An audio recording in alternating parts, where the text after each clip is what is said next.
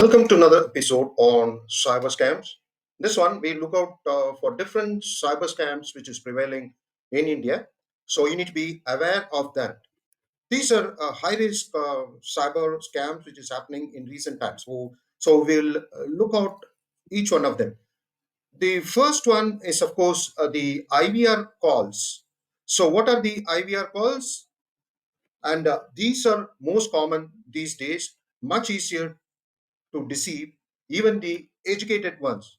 So IVR calls actually means the interactive call response. So this is maybe you might get a call like a parcel is sent, maybe from FedEx, a well-known courier company, FedEx. A parcel has been sent from your name.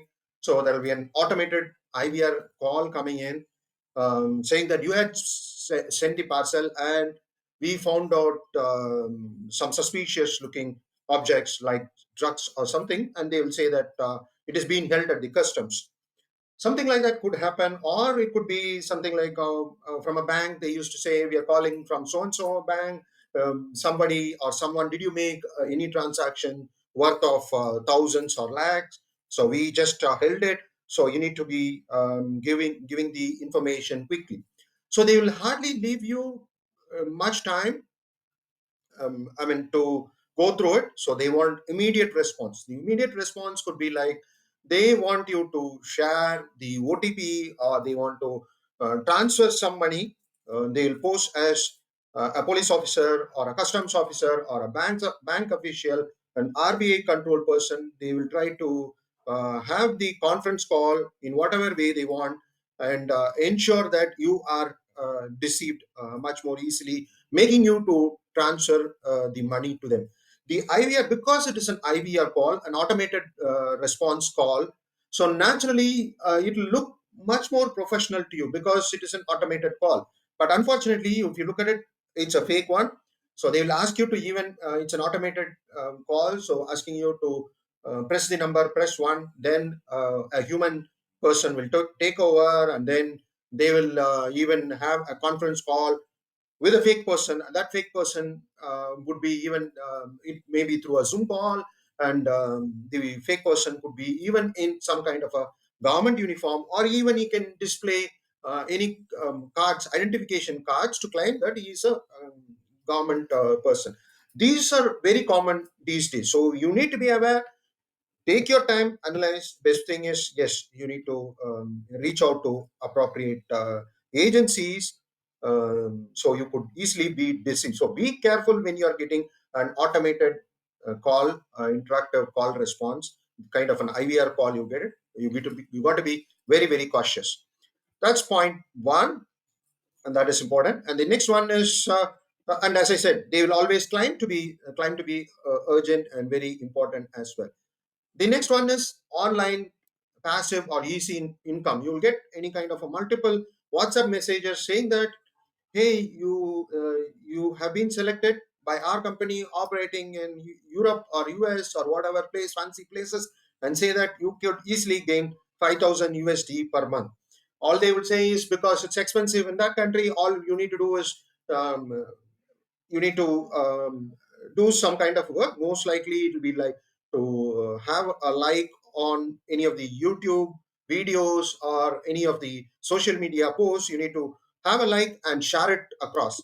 Initially they might make a payment of a few dollars to attract you, so that you get into a trap. There you get into a trap because one or two times they might, just to gain your confidence, they might even make such kind of a money transfer. Once you get hooked to it, after few dollars, they will ask you to kind of make a deposit, and then they will keep assigning you jobs, and then they will say that, hey, look, you have not done proper this time. I would We need to, you need to do in the next round, you need to do better. And for that they will ask you to deposit much more money. So it goes on forever. Sometimes the initial times they might make a payment of few dollars, just to make you attracted, and following which, once you are in trap, they will ask for money. So this is again, um, is going on these days, and they call it indifferent, because digital marketing is such a kind of a catchword. You will be tempted or get attracted to it. And as I said, after a certain period of time, they will ask you to make some kind of a payment, and that payment, you will not be able to make it out or receive it as you progress. And finally, you'll end up or coughing up huge sum of money to their account. The third one is common these days is non-payment of utility bills like the electricity bills. One fine morning, you'll get an SMS saying that, hey, look, you have not paid the electricity bill. So you need to call the number. So if you call the number, they will ask you to make some payment, and they will ensure that when you make the payment, they'll ensure that your mobile device is hacked, and they will transfer. They'll ensure that to transfer a huge sum of money, because once your mobile is trapped, it'll be their mobile device will be in their control. They can generate the OTP and transfer huge chunk of money. So this is also common non-payment of utility bills, particularly electricity bills in Tamil Nadu. This I've heard in Tamil Nadu, Karnataka, and so many places. This is common. Mostly you will receive SMS. And the next one, this is there for a long time. They'll ask for KYC update in the bank. They'll say your account will get locked if you don't update the your bank information. And once you click on the link, it will take you to the fake website. Once you log on, yes, because it's a fake website, they can get your user ID password. And after that, once you're given the user ID password, you'll get a blank screen. But the other end, the other person will have the user ID password, and then the next one is they will try to fish you out for the OTP. They will try to call you as a bank official and ensure that you share the OTP, and there also you could be deceived. So you need to be careful there as well. That is the KYC update. Last but not the least, SIM scam. The way it works is the fraudster acquires your personal information, maybe your the other authentication or your PAN details, and then he will try to work out with the telecom operator, probably either to telecom operator to port the number of the fraudster SIM, to deactivate one SIM and then activate another SIM, duplicate SIM, and then they will perform all kind of operation with your bank account. This is a SIM swap. So whenever if you lose your mobile phone, yes, you need to be cautious and ensure that it is reported and your SIM is deactivated as soon as possible. The original SIM which you are, which is in the phone. Otherwise, yes, if your any of your identification card or some kind of an authentication, the fraudster gains access to that, they can attempt a SIM swap as well. So you need to be cautious as well. So all these are the critical ones which is happening in recent times. So you need to be very careful on all of this cyber scam.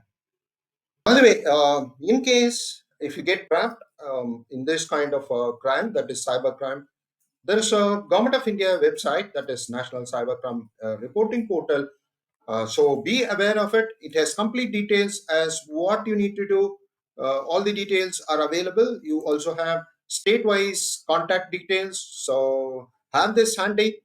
Either if you got trapped, or if your known person to you gets trapped, the first thing is you need to do is, without wasting any time, you need to report it as soon as possible to the cybercrime police. The best thing is, yes, you can register it, track your complaint. You can register it to the this online portal as soon as possible. That is cybercrime.gov.in. So that's a website.